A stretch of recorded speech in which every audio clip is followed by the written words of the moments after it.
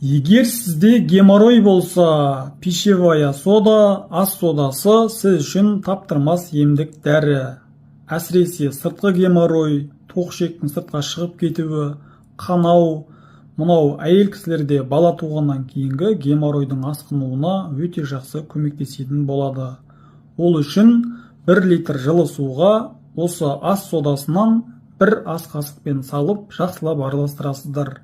Соны тазекке құйып, үстіне 2-3 минуттай отыратын болсаңыздар, осылай 1 ай көлемінде жасап отырсаңыздар, жаңағы геморройдағы бактериялар, тоқшектің шығуы, жалпына геморройды жиыруға, қалпына келтіруге өте жақсы көмектесетін болады.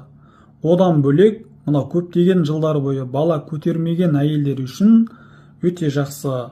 Ол үшін күнде кешке жатар алдында ыстық ваннаға ас қасықпен 1 ас қасық сода қосып, күнде ванна қабылдап отырсаңыздар, бала көтеруге өте жақсы көмектесетін болады.